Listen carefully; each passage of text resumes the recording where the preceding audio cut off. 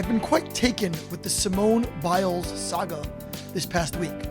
For those who have been vacationing on the moon, Simone is the most decorated gymnast in Olympic history and 19-time gold medalist, with numerous additional wins and honors in other elite contests. Yet this past week, after rare early missteps, she withdrew from the individual all-around competition, citing mental health concerns. She explained on Instagram that she was feeling the weight of the world on her shoulders, and elsewhere described enduring the twisties, a psychological phenomenon which gymnasts lose air awareness in performance. I thought about Simone's struggles in the context of an astounding passage in this week's Torah portion, as Moshe continues his book-long ethical will to the Jewish nation. Now, Israel, what does the Lord your God ask of you?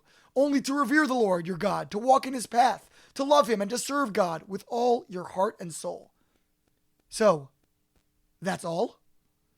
To wit, the Talmud asks this obvious and striking question. Is revering and loving and following and serving God all that simple that we might say this is all God asks of us? Yet the Talmud's answer is even more confounding. Yes, it responds, for Moshe, our teacher, it was a small thing. What? How does the fact that divine reverence is simple for Moshe, the saintliest Jew in all of history, have any bearing on its relative difficulty for any other Jew to whom his exhortation is being addressed?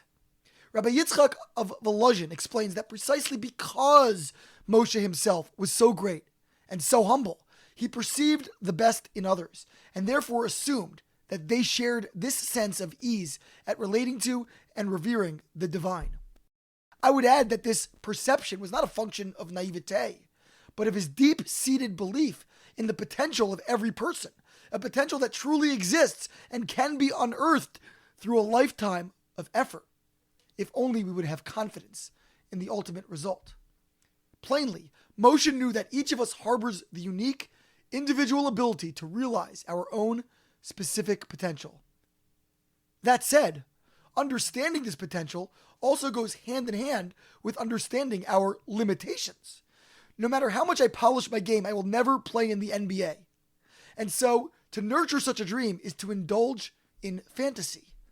My vision should be aspirational, but it should also be grounded in reality. Such determinations, however, become much more complicated when they involve areas in which we actually are proficient. How do we simultaneously pursue excellence, our own maximum potential, while recognizing our limits? How can we avoid both complacency and self-delusion at the same time? The Simone Biles story can be instructive. An Olympic athlete labors for 4, or in this pandemic-induced case, 5 years to realize her dream of athletic glory. The bias against capitulation to injury or any possible obstacle is pronounced. And so, if under these conditions, Simone still felt the need to withdraw, that is a fairly certain indicator that her need was authentic, that she truly had reached her capacity at that moment. Few of us will ever enjoy such stark clarity, though, and so we must rely on a combination of our intuition and the advice of trusted mentors. At our core, we must know, with a deep knowing, that we really are exerting ourselves to the degree possible without imploding. To be sure, this is a delicate and precarious balance. Anything less might be a dereliction of our life's charge, while anything more could prove foolhardy and self-destructive. The actress Grace Geely wrote that the best work we can ever do in this world is work on being the greatest version of ourselves, so we can continue to give the highest version of this to others. On the other hand, Albert Einstein said that once we accept our limits, we go beyond them. Simone Biles, a great champion whom no one can accuse of underachieving, synthesized these two truths.